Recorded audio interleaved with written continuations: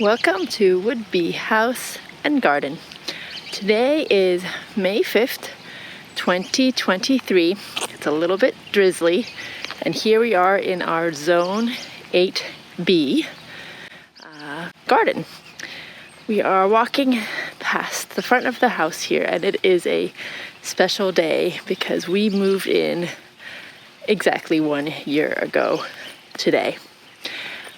Not too much has happened here in the front yard yet, but you can see the house in the background with the new roof, a unruly laurel hedge which is now nicely in bloom. You can't see them, but in front of that laurel hedge, 35 feet on center, are magnolia trees that I've planted. They look just like little twigs for now. The hedge is going to get trimmed once the blooms are gone, and hopefully one day form a magnificent formal hedge here at the front of our property. Just beyond, you can see an existing pine that I've started to take down and a juniper that is getting pruned. A future prime pedestrian entry will happen here, right next to the main north approach to the property.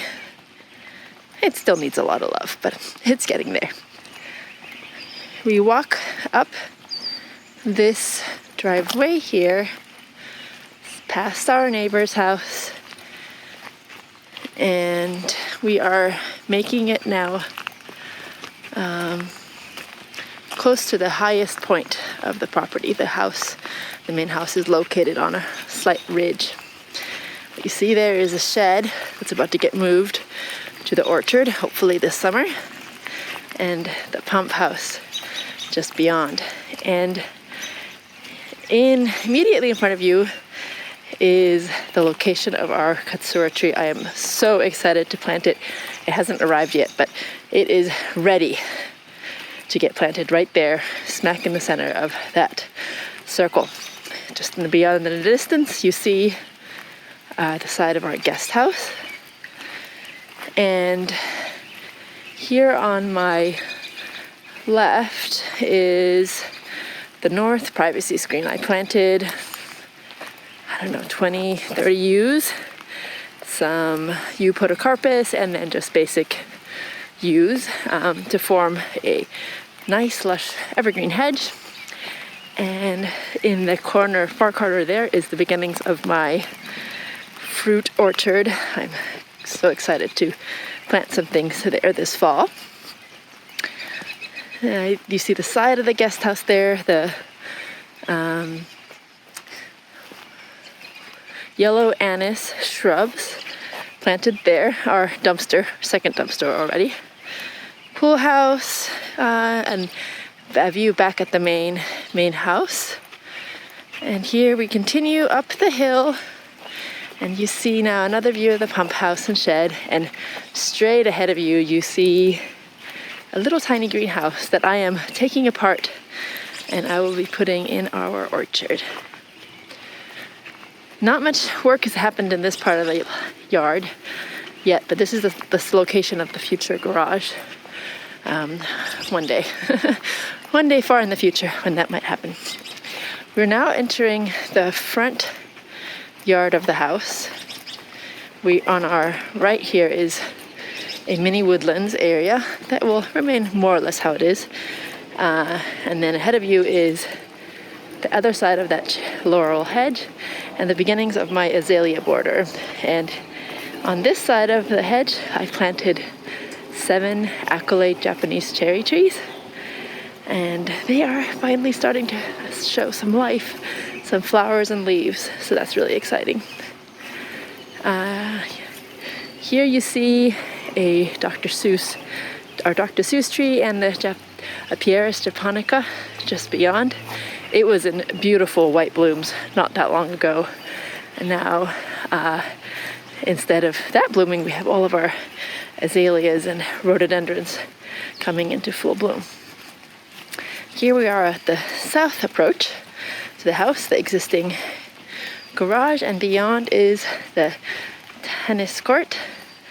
So far the tennis court has not been used as a tennis court, but as a sports court for the kids.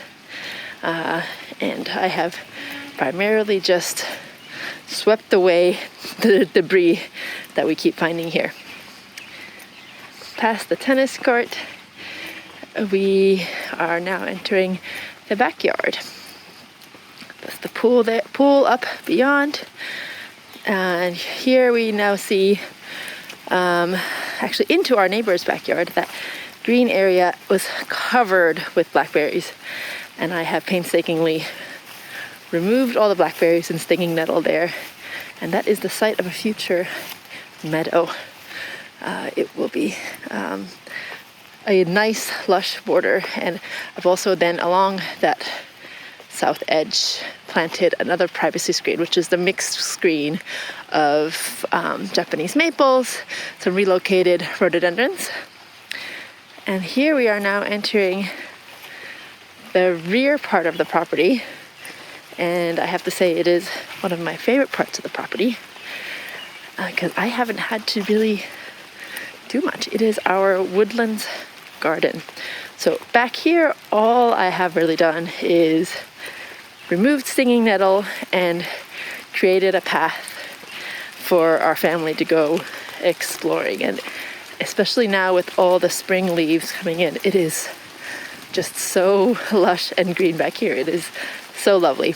We have rocks that are not just rocks, but they are moss covered green balls. Look at that thing in front of you. I think that is just so neat. I am looking forward to actually adding more rocks to my collection.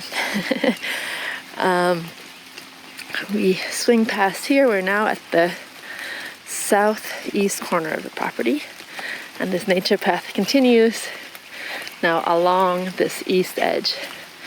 We're so lucky. Just to our right here is a 40-acre property that is just woods, and we're hopeful that it would one day become a protected green woodland area. So meandering through this area, you can see actually straight ahead of you the types of blackberries and stinging nettle that I have removed. So that's where I started. And now this barren landscape, this is where we are. Oh, and we also have some visitors. Deer, go away. I know they're cute, but we're not such fans. We also did take out a chicken coop that used to be here. That's one little bit of chicken coop roof remaining. And I planted a weeping willow there, but you can't even see it. It's such a little twig. Continuing down this path, I have planted some lingonberry and bilberry and blueberry bushes in this area. I planted seeds, so we'll see if that fairy dust turns into anything. But hopefully we will one day along this edge have some berries. Continuing further along this path, we are now approaching the northeast corner of the property. It's about 300 feet on a side. Our property is nearly a perfect square, which makes for a 2.5 acre lot. And then at some point here, we're gonna turn a corner and we are going to go into my pet project, which is the orchard. Whoops, it's slippery here. Here we go. It is looking like quite a ramshackle mess, but an horticulturalist friend of ours recommended that to get blackberries, you could also try covering it with cardboard and dirt and wait. So that's what we're doing here in this part of the lot. So it's pretty unsightly, but hopefully one day we'll make fertile ground for things to grow. That is a kiwi vine that was put in by the previous owners. Last year we had a couple of kiwis and they were teeny tiny little sour rocks, but maybe one day we'll have sweeter fruits.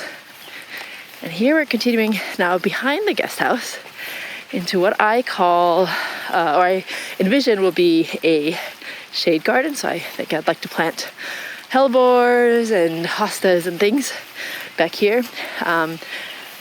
to be part of this grand walk, and also try to rehabilitate the grass area here, because in my dream scenario we would have one consolidated lawn area that connects the property, but with lots of big lush borders on the side.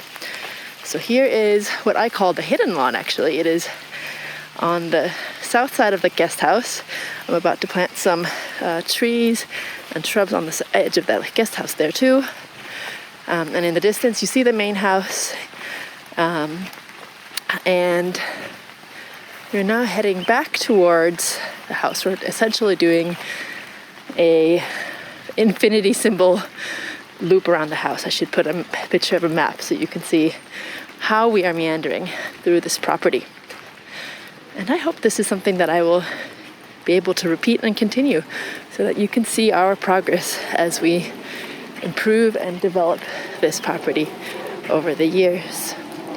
So that is a tennis court beyond. I have a vision of planting stuyas along the edge to give it a nice evergreen dense hedge, so that you don't see into the tennis court.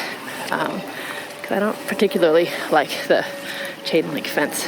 And here's another utilitarian corridor that takes us up to the main deck of the house, which is at the moment under demolition. We took out the hot tub only then to realize that the entire deck is quite rotten. I will show you how this is looking here.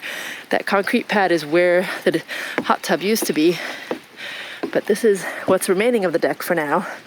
It will soon all be taken out. And here is one of my favorite parts of the property. It is an existing Japanese maple that is lovely, an existing euonymus burning bush, two more Japanese maples beyond and rhododendrons, and then a feature I never thought I would have in a house. It's a koi pond. That is something that we need to fix up, and we will maybe one day even get some koi fish. Who knows? It's yet another ridiculous feature of this property, things that I never thought I would own. Here you see our pool with the pool safety cover that we put in, one of the first things we put in last year. And now on this side is the pool house, which I'm using as a makeshift gardening center. It is in such disrepair, but it will get fixed one day. And there is the guest house in the distance and the beginnings of my privacy screen. Just yesterday, I planted a new KATSURA tree, my accidental KATSURA. More on that later. And here is my cryptomeria and arborvitae border at the guest house. So here we're now at the center of the property. There you're looking towards the south, back towards the main house, the rhododendrons, existing rhododendrons. And now we are starting to face north. In the distance there you can see the location of the future big KATSURA tree. And now to your east is the guest house. So I envision spending a lot of time here, right in this center of the property. This is what we are calling our very own Parsons Gardens, which is, we were inspired by a garden called Parsons Garden in Queen Anne, where we used to live in Seattle. But we are so excited to be here, and we've done a lot, and I cannot wait to see what we end up doing in the next 5, 10, 15, 20 years when we live here.